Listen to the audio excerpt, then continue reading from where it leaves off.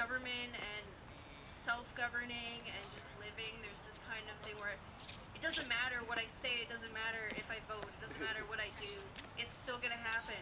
But then every person says that, and it builds into this monster mass of nobody doing anything. And then there's this small group of people that we let do everything, even if it goes against what's right or what's in our best interest. And this happens all the time. Like, was the Alberta government's plan to cut us $170 million from education in our best interest? Because it's not in my best interest. I kind of want to go to school and actually learn something. But, so I'm having this problem. I'm talking to friends, talking to my family, and they're all like, why would you even go? You're just going to end up like the Vancouver riots, getting arrested and ending up on the news and looking like a fool.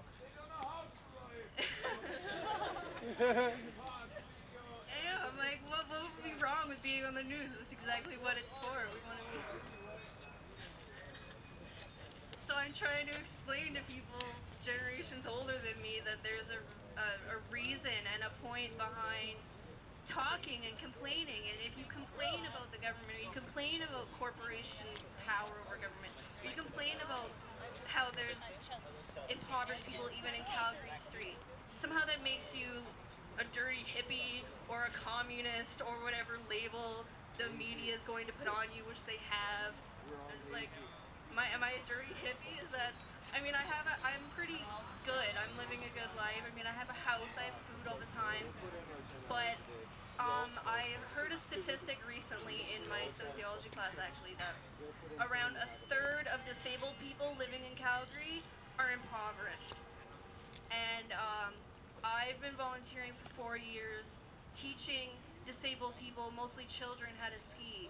And I never looked at it that way. I never looked at my student and went, there's a 1 in 3 chance that you don't have enough money to get, like, you have to choose between paying for groceries and paying your electrical bill or paying your rent. I never noticed this, and now I'm noticing things, and I'm waking up to things that I was never taught in school.